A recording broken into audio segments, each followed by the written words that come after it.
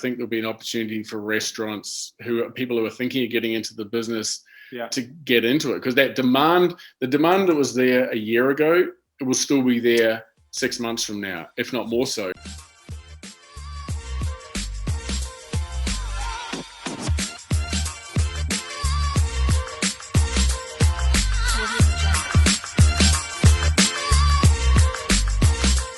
Today on the podcast, I'm speaking with Mark Lamming, who, together with his wife Paula, are the owner and operators of Purebread in Vancouver in Canada.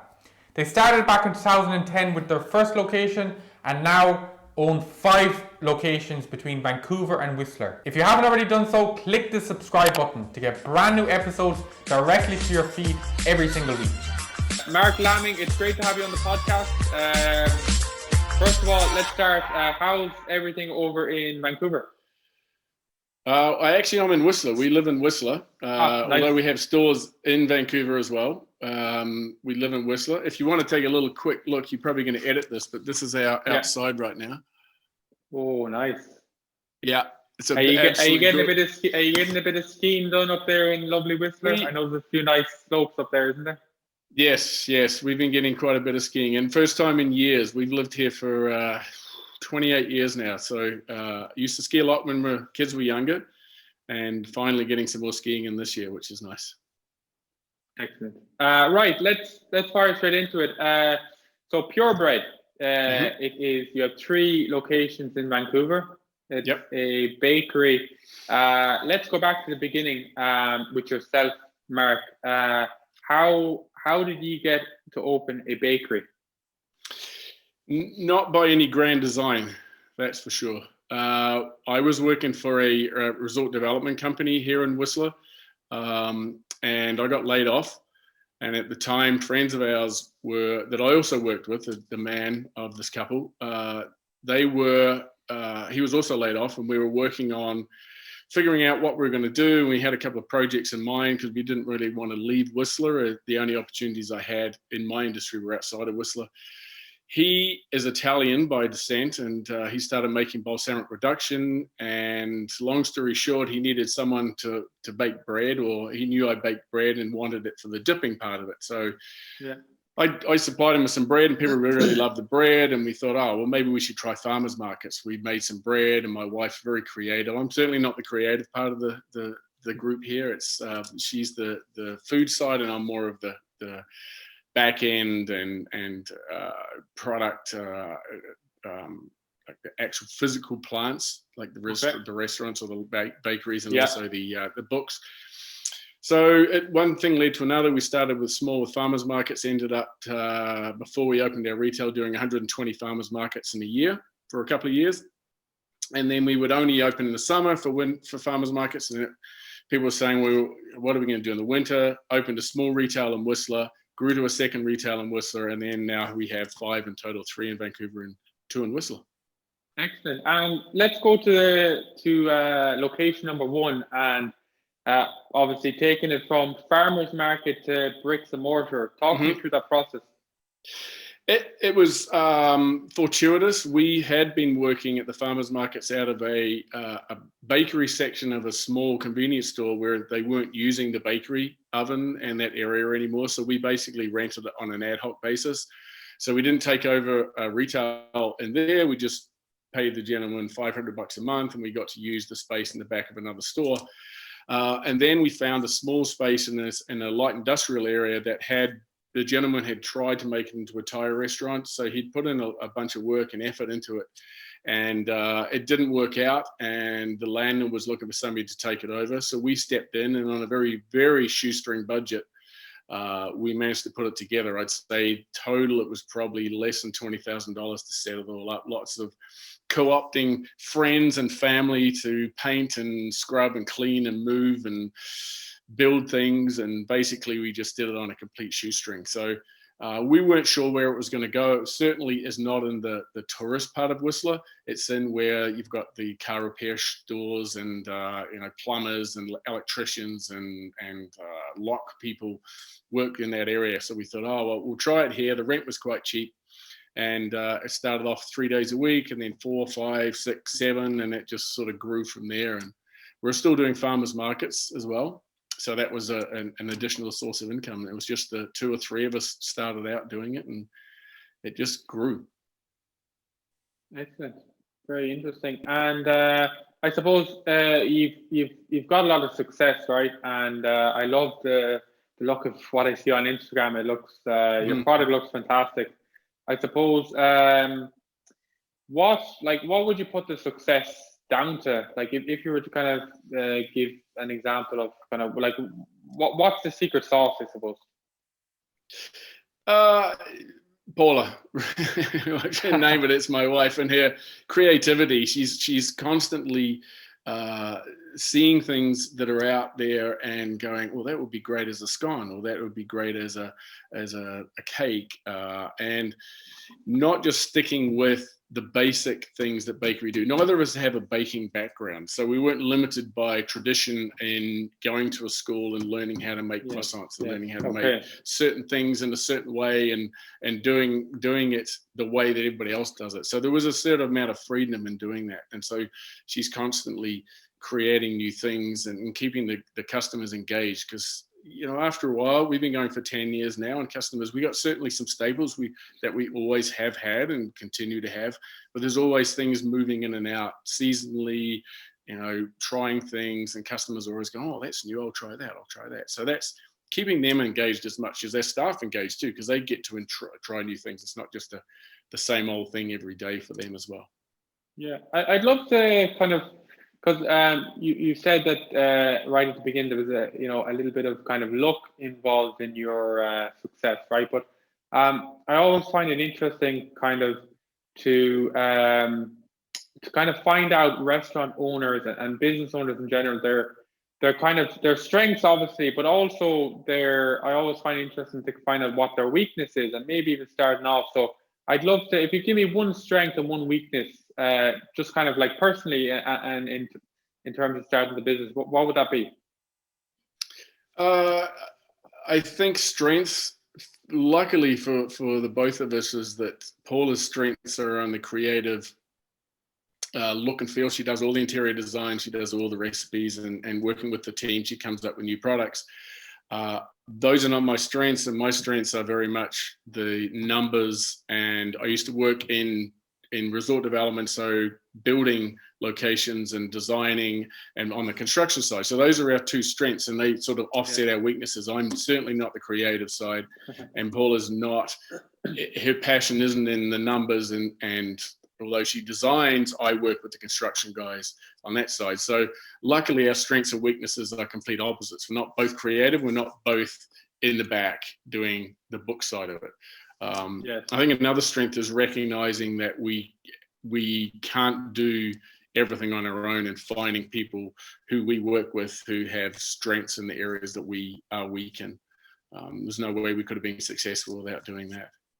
Excellent. And I read somewhere, Mark, in some article, you mentioned how creating a brand was important to you. I'd love to get your insight a little bit into that. Kind of like, I suppose it's something that's very kind of almost fashionable now, right? To talk about creating a brand, and everything now is every business now is a brand. But could you give us kind of a couple of words about that, about why it was so important to focus on branding right at the beginning?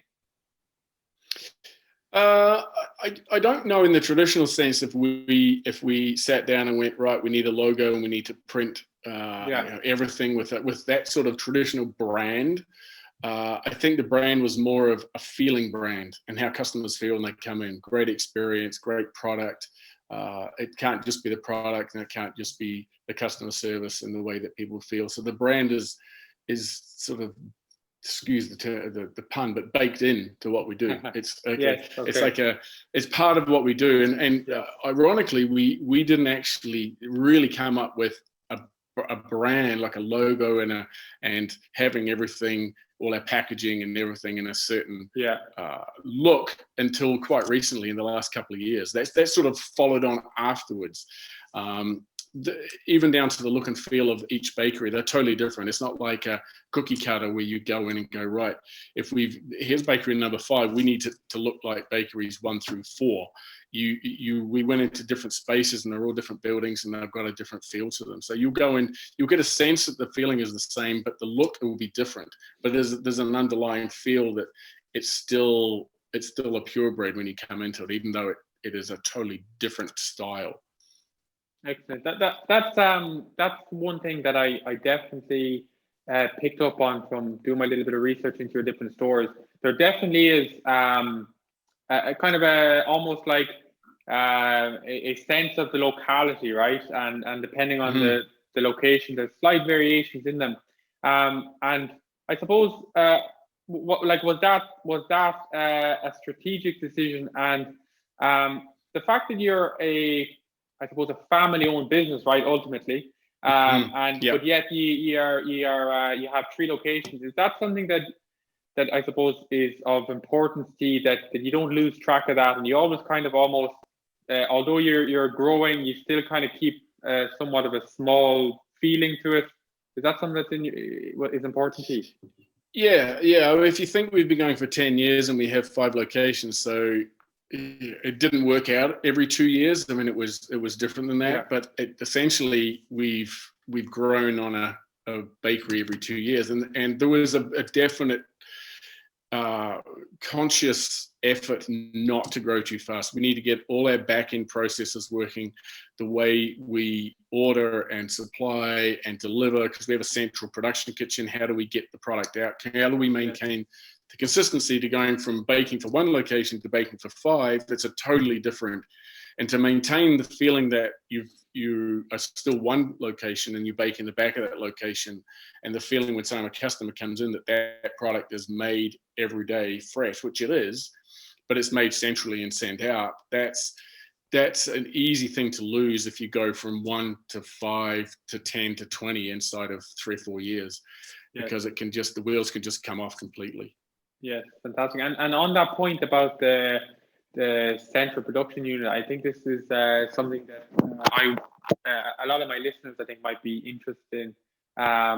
It's obviously a model, right, that a lot of chain restaurants use around the world, right? As you scale, it just makes sense, financially, to have a central production unit. Your margins can grow and your labor can go down. But I suppose, at what point did you start that central production unit? It was when we had our 2nd location. So we basically had our first location that has quite a large area in it. Excuse me, this cat. Yeah, he's hungry. We had a big kitchen in the back of the first place, which was able to cope with the first location, and then we opened the 2nd one in Whistler, at which point we realized that it was just not possible to do baking for both. So we got a production kitchen space here in Whistler, and we stocked that up with ovens and walk-in fridges and freezers, etc., and basically baked out of there for the 2. And then when we opened our first location in Vancouver, we were actually baking out of there and then taking the product from Whistler down to Vancouver every day. And by the time we got to our 3rd in Vancouver, we basically flipped our production to Vancouver, got a much larger space, and then did the reverse, and now the product comes from Vancouver back up to Whistler. So it's a little bit of, it certainly is something you need to think through and contemplate both your physical dynamics of where you center your production and where it's got to go to, plus the consistency is the key.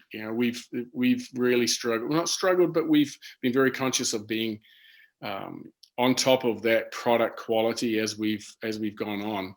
And cat, and it's always top of mind. If you create a product, how easy is it to scale that up? I mean, it's okay to do a test on 1 item, but if you're going to think, well, I need to make 5 times that, because it's going to have to go to all the locations and transportation. So it's something that we do spend a lot of time on making sure we get right. Excellent. That's very interesting. You've talked about scalability there. Talk to me a little bit about the growth plan. Is there more locations? Is that the plan? Yeah, I mean, if I'd had this conversation in February the 3rd, 2020, I'd have a different answer to now. But I think we're starting to see that there is opportunities now. What we did, we closed in mid-March and we opened again in early May. And when we reopened, instead of having people inside the store, as fortuitous as it was, all our stores have a sort of a front window with a window seat in it. So we just moved our product from the traditional counter with the sneeze guard in front of it up to the front window, and the front window became the sneeze guard, and then we serve people through the door. So they would line up outside now, they see all the product in the window, they come to the door, and we serve them that way. And we realized that we have an opportunity to open a much smaller footprint of a space and really have, because this is totally grab and go. There's no seating whatsoever. So everybody's coming and going. Now, those locations, when this is all said and done, will revert back to what they were. So people will be able to come and sit inside. But we realize there's an opportunity for a much smaller footprint and having people who basically come in, line up, grab a couple of things, and then head out again without having any seating component to it. So that's, I mean, to talk about our growth plans, that's sort of keeping in mind what we want to do. And I guess the downside for a lot of people in the restaurant business is that they're really struggling and unfortunately not making it. The upside is that there is a lot of opportunity to step into a location that is now vacated. And the market and the competition, it sounds a bit predatory, but the market and the competition has been reduced, and that the places that I think either through the way they find dining in restaurants where people can't go in and sit down are really struggling, or the places that were struggling anyway, it's just highlighted that they probably wouldn't have made it, and it's just advanced their demise a little bit. So it's there is a lot of opportunity, and we're now just starting to look at, okay, where's a good spot, and seeing that, you know, if we decided now, by late 2021, if we were ready to reopen, that's sort of when things start to come back to normal. Right. Very good. Okay. I completely agree with your sentiments there, by the way, about opportunity. There's no doubt about that. And it's good to hear that you're looking at expanding anyways. And so would and you touched on it there about kind of more grab and go concepts, but will the model change slightly for kind of going forward in the future? I think we'll look at both. If the right opportunity came along that still had seating in it and it was a good location and it was already something set up, I mean, there's two ways of doing things. You can go into a space and go, well, this is a great space, but I'm going to have to gut it and start from scratch. And then you could look at a space that is essentially set up the way you want it set up. You just need to brand it the way you would brand it and make some minor changes. That there is a huge advantage to that. It's faster. Permitting's not required. You don't have a huge investment up front, but the space might be too big for what you're wanting. But you sort of have to weigh those two up and go, well, if the space is not quite right, but I can get in here for a fraction of what it would cost me to get into another space where I have to start from scratch, that becomes an attractive proposition. So we're looking at both sides of it really and saying, well, if the right opportunity came along in a small 500, 600, 700 square foot space where it would just be delivered to the product and then you could access a lot of people, as opposed to a 15 to 2,000 square foot space that's already set up. Very good. That's fascinating, I have to say.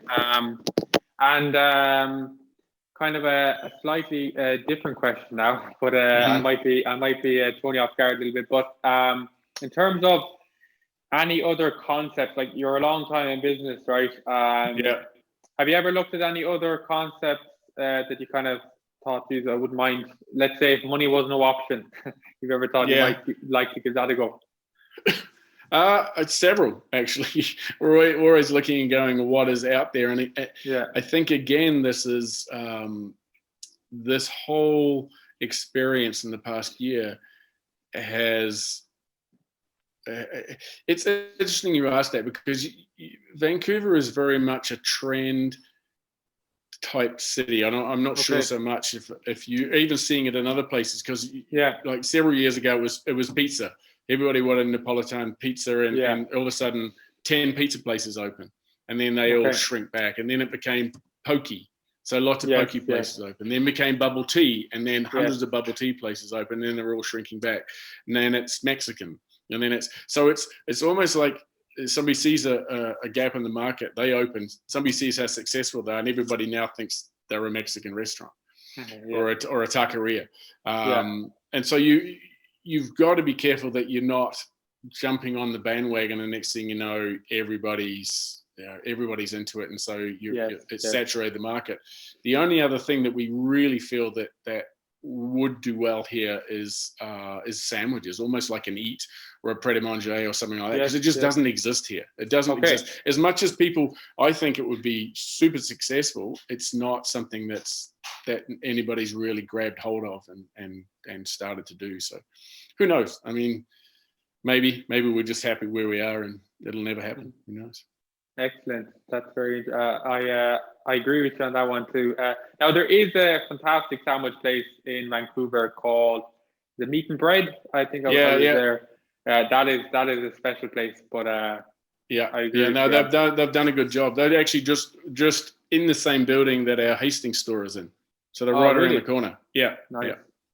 Yeah. Their pork sandwich is very nice. Oh, the porchetta. Yeah. It's really good. Very good. And let's finish up on this one, and on that very point, Mark. Post-COVID, right? Mm-hmm. Do you have any kind of views on what the kind of the hospitality industry or consumer attention? How will it change the industry compared to what it was, pre-COVID? I think there will be a pent-up demand for people going out to eat, for the experience of that, even if it's just to be in sitting around a table with people again, with it's just not your family. So there will be that, and I think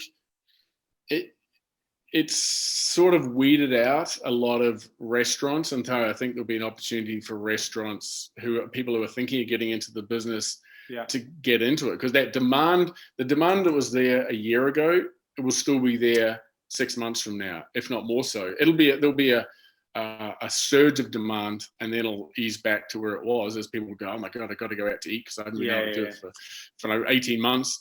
I don't think that's going to change that. I mean, as much as people think, okay, grab and go is where it's at, where it's at now, doesn't mean that that's going to be a constant and something that'll stay that way. I still would like to go out and eat in a restaurant and travel and do all those things. It's like saying, well, travel is not going to happen again. Well, I think it's going to be even more in demand when it finally comes back, if there's any airlines left. So it's hard to say, really. I think there will be a surge of new restaurants as people sort of go, wow, it's exciting times now, and now's the time to get into it. Let's come up with a concept. Let's see how people are accepting of something new, because they can't wait to go out again. Excellent. No, I agree completely with that sentiment, and I definitely think that I'm not sure how the situation is over in Canada, but I know there's a lot of empty units that are going to be opening up, and there's not too many retail opportunities there, or there's not too many travel agents, or there's not too many other opportunities. It's kind of they're going to be pulled up by restaurants and cafes, in my opinion. So I definitely agree with you there. Yeah, no, I agree. I think that the industry has shrunk enormously in such a short period of time, but it was only because there'll be some economic sort of lag from this whole thing. But it's as a result of one specific thing that has an end in sight to it. It's not like a financial crash where every people are hurting, and people are sort of although they'd be part of that. But this is as a result of something outside of someone's control, and it'll end. There's sort of an end date, although we don't know what that is. It's not like a light switch. It'll come back gradually. But in a year from now, if we have this conversation, we will probably be having, we'd have a different view of where things are at. Lovely. And I hope to get you on the podcast again at some point, because we've run out of time now. But no worries. Yeah. Thanks so much. It's been such an insightful chat, and I have no doubt that my listeners will get a hell of a lot from that. So thanks a million, Mark, and I'll chat to you soon. Okay, thanks, Evan. Thanks for watching the Business of Restaurants podcast with me, Evan O'Cally. For new episodes every single week, subscribe below.